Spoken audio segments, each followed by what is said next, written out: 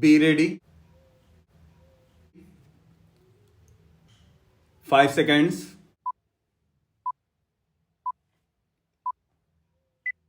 Start. Mr. Deputy Speaker, this is a measure which we think is being rushed through the House in an atmosphere of mystery.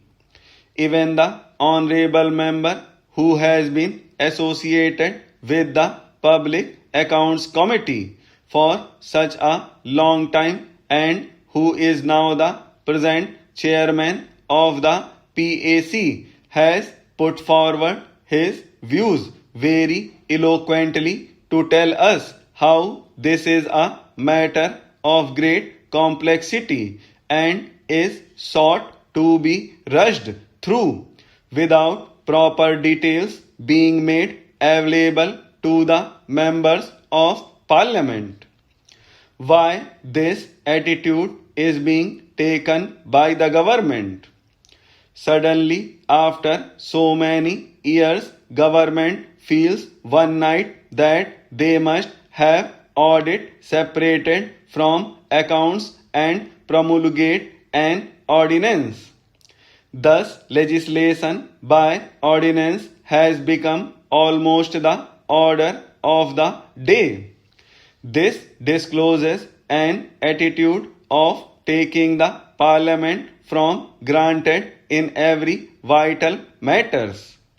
Of course, this is an important bill which need not be opposed from political point of view, and it is an important piece of legislation, but this is sought to be placed before the House.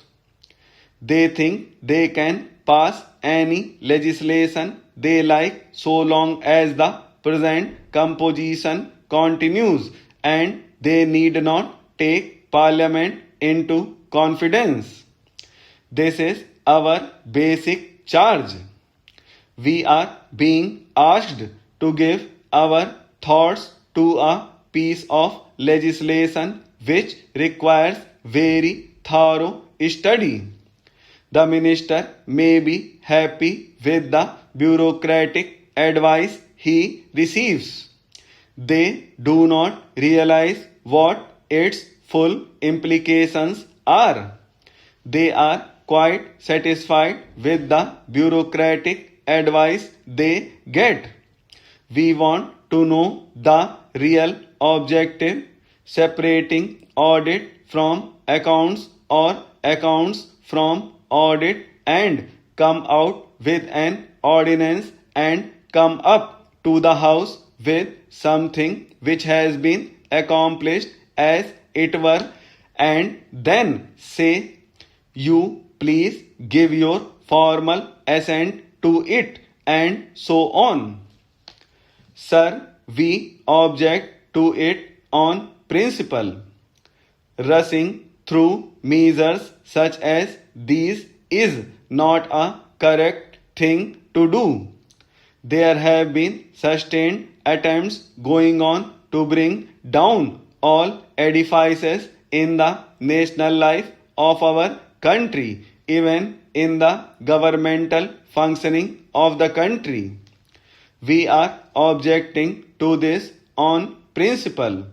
This is a matter which should have been conceived on proper considerations. Parliament should have been taken into confidence in much greater detail about its full implications, being the highest body as such. Of course, this is a technical matter and I do not feel much competent to speak on the implications of it or how it will ultimately affect us, because what we find is even much more competent people of the category of CAG etc. have not been able to be unanimous on this point. There have been so many views offered. There was reference made to the recommendations of the PAC. So many riders were there. The estimate committee had given certain recommendations. There are the recommendations of the ARC. The recommendations are subject to so many riders, so many conditions. All these things should have gone into in depth, and if they had not made up their minds so far, what suddenly happened just now? Why should they pass an ordinance on the 29th of February? Why cannot they wait for 7 days for the House to reassemble? They just come to this House with this attitude which cannot be appreciated. In the statement of objects and reasons, they have stated the circumstances necessitating legislation by ordinance. It appears that they have made up their mind to do it with effect from 1st April to complete the exercise before that date. Without taking the view of the legislature, the executive has come to a decision, and they have stated as it were implementing the decision. To start with, they want to do it in connection with 3 ministries. The present accounting system applicable to most ministries and departments is essentially external to financial management functions, where the payments are made by the treasuries and accounts are compiled by the audit and accounts offices under the control of the comptroller and auditor general on the basis of initial and subsidiary accounts received by them from the treasuries. This system worked fairly well when governmental business was limited. With the increase in the volume and variety of governmental outlays, the system has proved inadequate to the administration's stakes, and separation of accounts from audit had to be thought of. There are doubts in our minds which have been very valid, if I may say so, expressed by my friend who has studied the matter in general details. Therefore, we submit that this is not a matter which should be hurried through.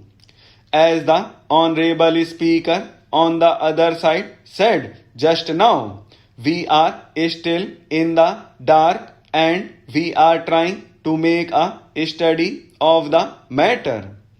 He says maybe the management control will be good, but we must know about the task forces whose reports are not available. Sir, the institution of election commission is a central subject. But here, whenever an election is conducted, cooperation of the state government is borrowed to constitute election machinery, so that the election conducted is free and fair. I would not like to quote areas where I have not gone personally to see how the elections were conducted. But I would like to tell you how an election is conducted in Bengal in the name of holding a free and fair election.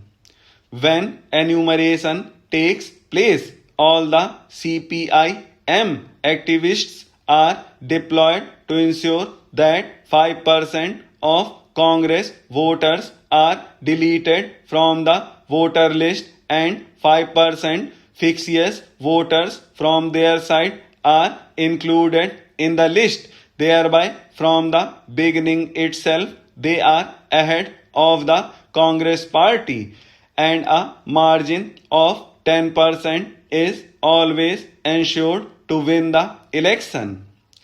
And then when the polling stations are manned, only people who are members of the coordination committee are deployed as polling officers and presiding officers.